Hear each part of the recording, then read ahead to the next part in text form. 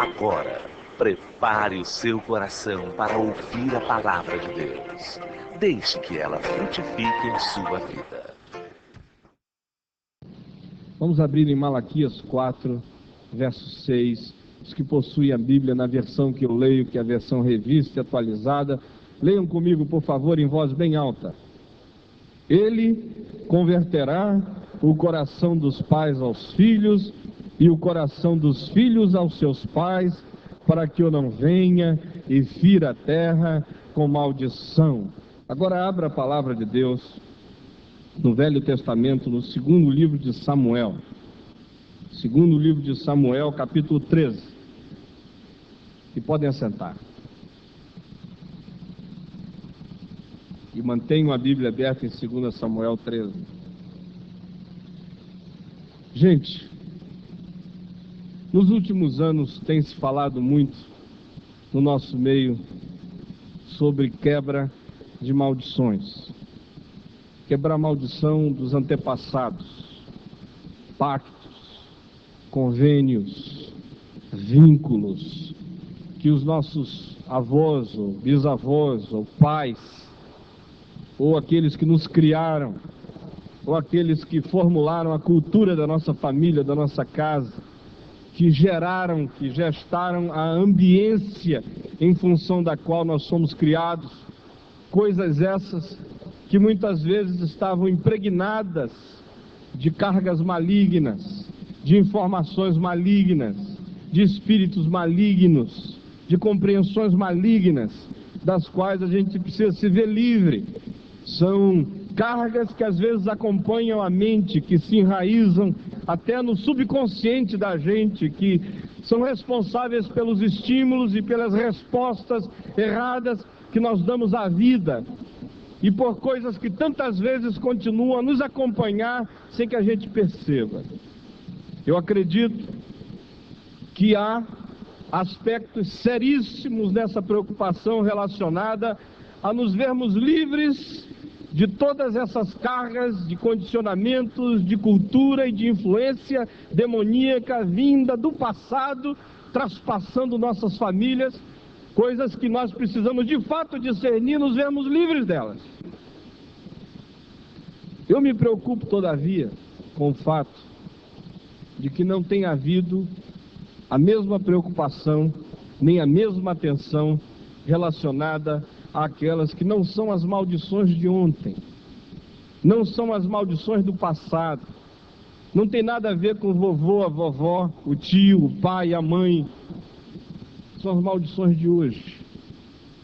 Aquelas têm a ver com você. Não tem a ver com a cultura dos seus antepassados, tem a ver com a cultura que você está criando dentro de casa. Tem a ver com a sua total responsabilidade. Repousa exclusivamente sobre seus ombros. Você é a pessoa absolutamente responsável por discerni-la, por percebê-la e por impedir que ela cresça, se espalhe, se enraize dentro da sua própria vida. Nesse sentido, eu acredito que Davi e seu filho Absalão constituem o melhor e o mais trágico exemplo de um pai e de um filho que não conseguiram a seu tempo e na hora apropriada discernir algo extremamente maligno que começava a crescer entre eles. Raízes de morte, de amargura, de ódio, de destruição, que haveriam de abalar radicalmente as suas vidas e infelicitá-los para sempre debaixo do sol. Esse texto que nós lemos nos fala que é condição absolutamente imprescindível para que maldições da família sejam canceladas. Não apenas que você ore repreendendo-as, não apenas que você discirna o que no passado houve. Diz a palavra de Deus que é absolutamente importante quanto a cancelar estas coisas hoje, que o coração do pai se converta ao seu filho, que o coração do filho se converta ao seu pai, que o coração do marido se converta a mulher, que o coração da mulher se converta ao marido, que o coração da mãe se converta à filha, que o coração da filha se converta à mãe. Se não houver essa quebra de ódios, de amargura, gerando então reconciliação, encontro, perdão, abraço, choro, expiação, se a cruz não for erguida aí no meio, no centro dos seus vínculos familiares mais íntimos, mais profundos, se ela não foi erguida na sua cozinha, se ela não foi erguida na sua sala, se ela não foi erguida no seu quarto, se ela não foi erguida dentro do armário dos seus filhos, se ela não foi erguida nas gavetas íntimas, fechadas, enclausuradas, com amarguras guardadas, se ela não for erguida aí dentro da sua casa, pode ter certeza, você vai ser ferido com maldição. Maldição do ódio, que traz destruições, que mina a vida e arruína a existência de qualquer pessoa. Eu quero convidar você a olhar comigo hoje para a vida de Davi, a vida de Absalão, a partir desse capítulo 13 de 2 Samuel. Inicialmente, eu devo dizer que Davi era um homem de ação, como muitos dos homens e mulheres que estão aqui. Gente que decide, gente que negocia, gente que não titubeia, gente que não leva 2 dias para tomar uma decisão, gente que conta as horas e os minutos, gente ocupada, gente que administra muitas coisas a um tempo só. Davi era assim, ele tinha um reino para administrar, a vida dele era ocupadíssima e ele era um homem de ação, de lutas, de decisões, de agilidade, de desafios e de muitas emoções, de muito estresse. Quando a gente lê o livro de Salmos, especialmente aqueles compostos por Davi, você descobre quão estressado às vezes ele estava.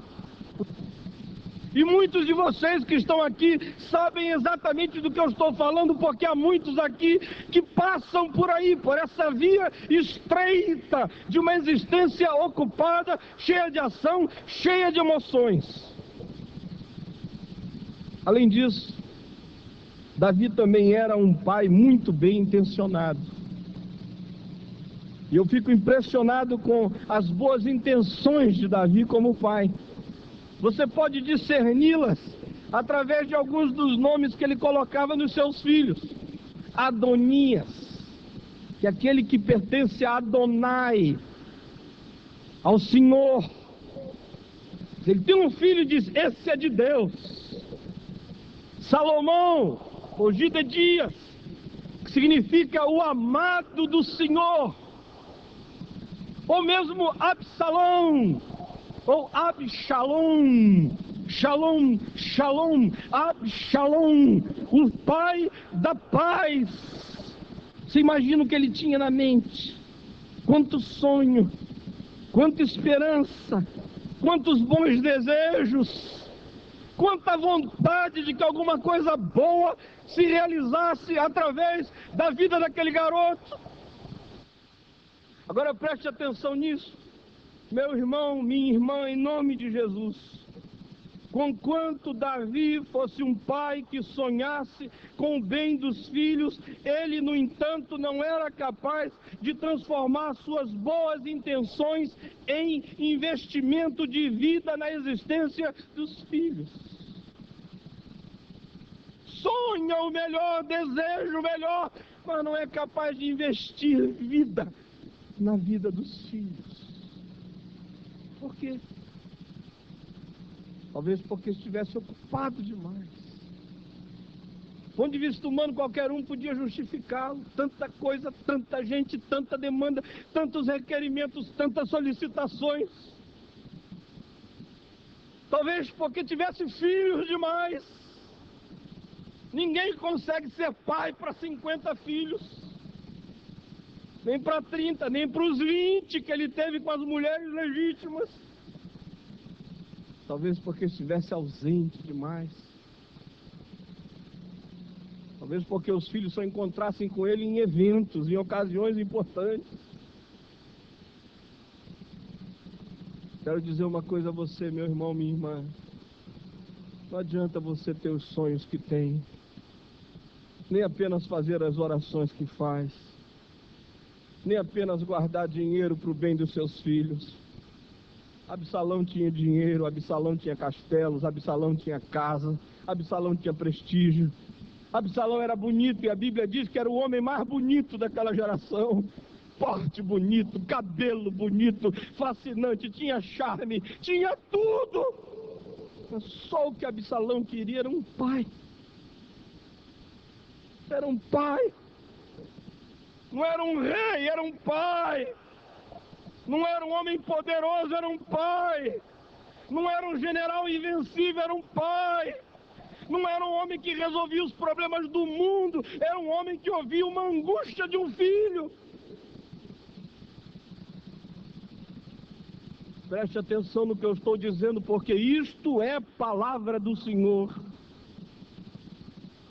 As principais áreas de fraqueza de Davi são claramente percebidas na sua relação com seu filho Absalão.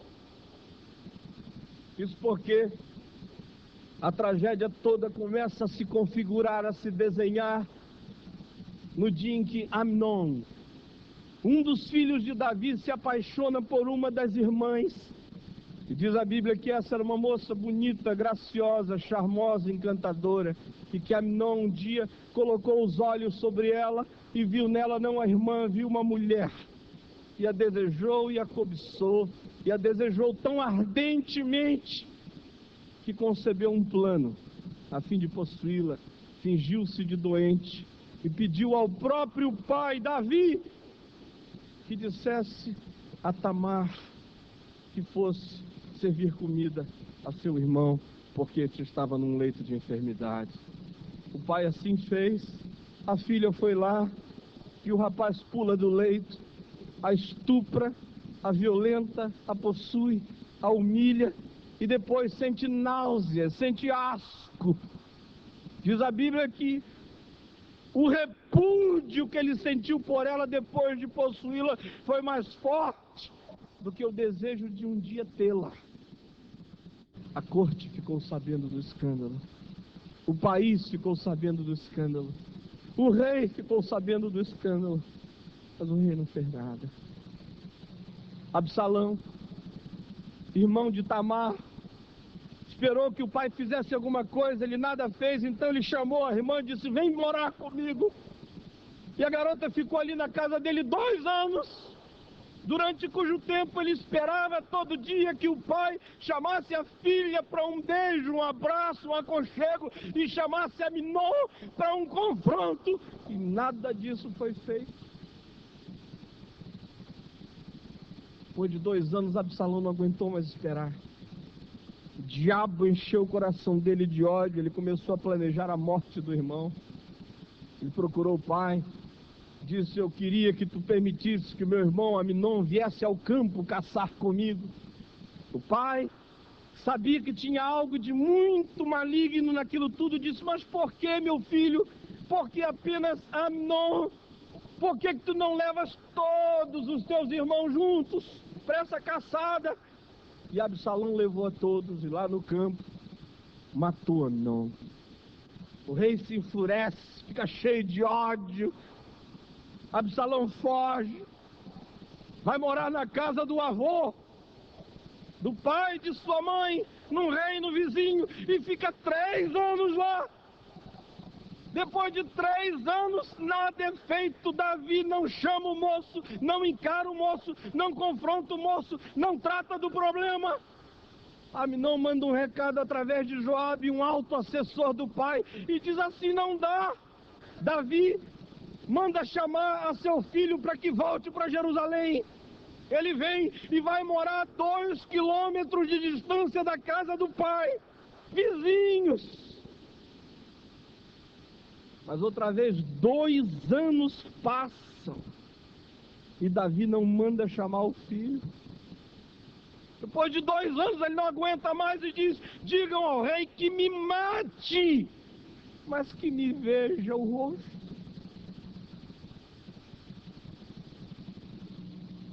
Davi então diz: chame um garoto. Aí entra o rapaz. Todo mundo espera que Davi sacuda, diga: o que foi que houve? Você é meu filho, é minha carne, como é que faz isso? Mas nada disso acontece. Ele entra, Davi simplesmente diz que ele se aproxime, ele se aproxima, e Davi o beija o rosto e não diz nada. Um estupro, uma morte, ódio, amargura, crise, e o rei pensa que pode resolver isso tudo com um beijinho. A palavra de Deus diz no início do capítulo 15, que dessa ocasião em diante, imediatamente Absalão sai dali, vai para a rua e inicia uma subversão. Começa a dizer: não há justiça na terra, não há rei reinando, não há critérios pelos quais esse povo venha a ser julgado. O que está prevalecendo é apenas a emocionalidade do rei. Se eu fosse rei, haveria justiça na terra.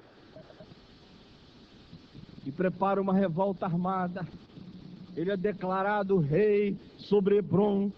Se aproxima para tomar Jerusalém e cercá-la. Davi ouve dizer: foge com seus súditos, vai para o deserto. Deixa alguns homens infiltrados agora dentro da corte do filho Absalão, que acabam dando a ele um conselho desastroso, e ele segue este conselho, e os seus exércitos são destruídos nas campinas e nos vales do Jordão, e Absalão foge entre os bosques. A ordem do rei tinha sido: fazei qualquer coisa, mas não tocai ao moço Absalão, poupai o jovem Absalão. Mas Joabe não aguentava mais. Joabe estava cheio de ódio pelo filho do rei. E quando este foge entre os bosques, seus cabelos longos ficam presos entre os arbustos, e ele cai do seu mulo, fica pendurado ali pela cabeça. E Joabe vem e o executa. A notícia chega ao rei. E o rei diz: como passa o jovem Absalão? E alguém diz: ele foi traspassado e foi morto.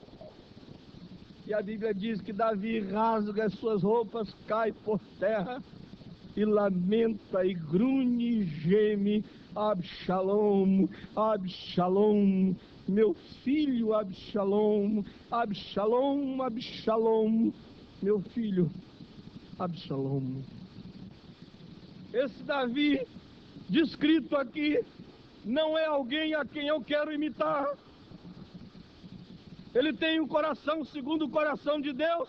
Tem, porque é capaz de dar respostas de quebrantamento a Deus nos momentos apropriados. Mas conquanto tem esse coração segundo o coração de Deus, não consegue transformar isso, depois de um determinado momento na sua vida, num projeto de vida sadio que abençoe toda a sua casa. O que é que eu e você podemos aprender com ele hoje de manhã? Em primeiro lugar, nós aprendemos que Davi transferia sempre responsabilidades intransferíveis. E essa é uma coisa interessante que acontece muito com homens e mulheres de negócios. Você está tão acostumado a assumir responsabilidades. O sindicato cobra de você, os empregados cobram de você, a administração espera de você, o financeiro espera de você, o contábil espera de você, todo mundo espera de você. A crise se agrava, é você que tem que dar a resposta. Homens e mulheres muito ocupados do lado de fora de casa acabam sutilmente transferindo responsabilidades intransferíveis dentro de casa. Essa responsabilidade é intransferível. O filho é teu, a filha é tua, a alma dele vai ser cobrada de ti. Que adianta o homem ganhar o mundo inteiro e perder a alma do seu filho? Que adianta ter um complexo empresarial e uma filha desgraçada, um garoto arruinado em casa?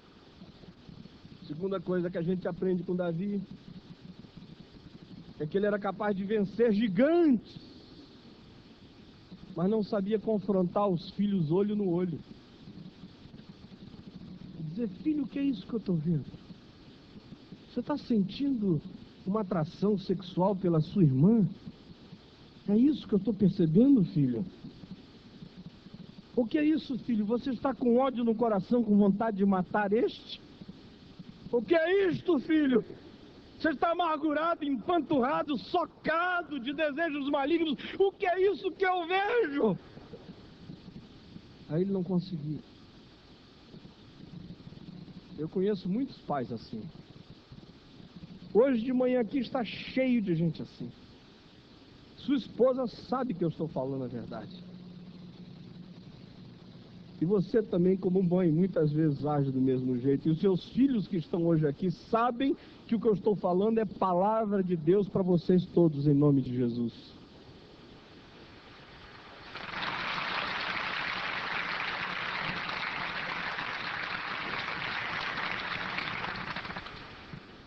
Davi vencia gigantes, mas não sabia confrontar os filhos olho no olho. Por quê? Talvez cansaço, mas talvez uma outra coisa, ouça bem, talvez culpa. Talvez culpa. Aquele caso dele com Betseba e a morte do marido dela, Urias, arruinou a Davi mais do que você pode imaginar. Ele pede perdão ao Senhor, e o Senhor o perdoa. Mas talvez Davi nunca tenha se perdoado. Eu não consigo entender como é que um homem como ele não consegue olhar nos olhos do filho, a não ser porque aqui no fundo há muita culpa. Está lá o diabo ainda dizendo no ouvido e no coração que ele não tem autoridade. Não tem autoridade para repreender Aminon, não tem autoridade para confrontar Absalão, não tem autoridade para falar nada depois daquilo. Ouça bem o que eu estou dizendo a você. Há muitos aqui que se converteram há algum tempo atrás, há 1 ano, há 5, há 10, há 15, quem sabe os mais antigos há 20 ou há 30. Alguns de vocês trazem consigo cargas pesadas de culpa passada. Alguns de vocês que estão hoje aqui, um dia adulteraram, um dia tiveram amantes, um dia tiveram casos, um dia fizeram o que não deviam ter feito, um dia geriram mal os recursos, um dia deram exemplos terríveis para dentro de casa. Você se converteu, você encontrou Jesus, você foi perdoado, você foi lavado no sangue do Cordeiro. Mas quem sabe o diabo continua ainda dizendo a você que você não tem autoridade para olhar no olho do seu filho, no olho da sua filha, no olho da sua mulher, no olho da sua casa, por causa daquilo que houve. Eu quero dizer a você hoje, em nome de Jesus, não aceite esta mentira. Não aceite esta mentira. Seja capaz de dizer: olha, filho, eu pequei, eu adulterei, eu fiz, eu fui, mas eu fui lavado no sangue do Cordeiro, e eu estou aqui agora como um novo pai, como uma nova mãe, para dizer a você: não é por aí o caminho, não é por aí o caminho, e eu não vou deixar você andar neste caminho de morte, porque eu não quero lá na frente ficar dizendo: Absalom, Absalom, meu filho, Absalom. Pais convertidos aos seus filhos não transferem responsabilidades, nem para o melhor avô, nem para a melhor avó, nem para o filho mais velho, mais responsável, nem para o pastor mais santo, nem para o psicólogo mais dedicado, nem para a escola mais cristã, nem para a igreja mais ungida. A responsabilidade é minha, é minha, é minha, é minha e é minha, e é minha, e é minha, e é minha, e não é de mais ninguém.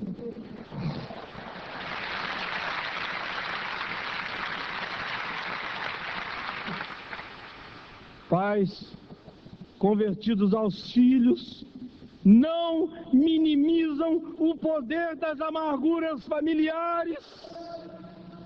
Não dizem, não, isso é briga de irmão, é desavença deles. Eles não se tomam muito bem, mas um dia isso acerta. Não brincam com ódio entre os filhos. Não acham que é coisinha infantil. Ao contrário, levam a sério. Levam a sério.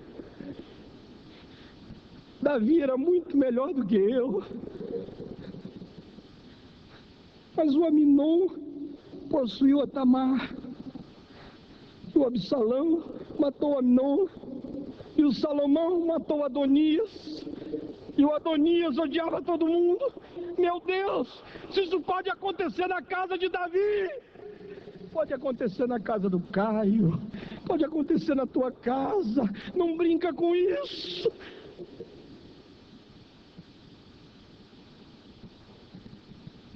Pode acontecer especialmente onde há dinheiro. Como eu tenho visto ultimamente familiares de empresários evangélicos ricos brigando por causa do dinheiro. Eu estou te falando isso porque eu sei. Pais convertidos aos seus filhos levam isto a sério. Exorcizam essa coisa lá do fundo da alma em nome de Jesus enquanto dá tempo. Tratam disto, oram por isto, conversam sobre isto, choram acerca disto. Investam tempo cuidando disto enquanto há tempo, em nome de Jesus. E mais, pais convertidos aos filhos não reagem apenas emocionalmente aos filhos. A Bíblia diz aqui em 2 Samuel 13:39 que um dia Davi ficou cheio de ódio por Salomão. Quando o ódio passou, ele não fez mais nada. Nenhum senso de justiça, nenhuma preocupação com princípios, de tratar do assunto mesmo quando a raiva já não estava mais lá porque um pecado tinha sido cometido. Filhos odeiam pais emocionais, que são apenas capazes do espancamento, da gritaria, da brutalidade, mas que não agem baseados em princípios de justiça, de verdade, de coerência e de integridade. Pais convertidos aos filhos não fogem dos seus pecados da juventude, antes os resolvem na presença dos filhos. Nesse sentido, eu queria dizer uma coisa a você, eu me sinto muito à vontade para falar a respeito disso. Eu cometi muitos pecados na minha juventude. E os meus filhos foram crescendo num lar onde isso nunca esteve encoberto. A seu tempo, todos eles foram sabendo de tudo. Hoje em dia eu converso francamente com os mais velhos acerca de qualquer coisa.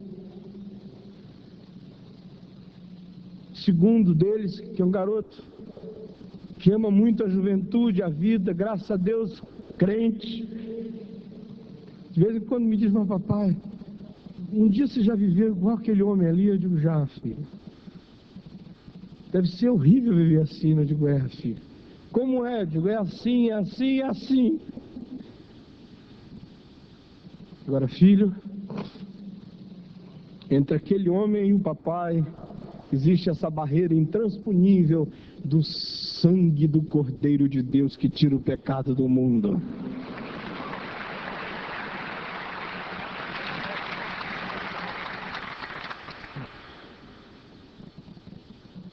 E é porque eu sei como aquele negócio é podre. Eu estou dizendo a você, não chega nem perto, filho. Você não está perdendo nada, em nome de Jesus. Essa é a maldição que eu vim aqui quebrar hoje.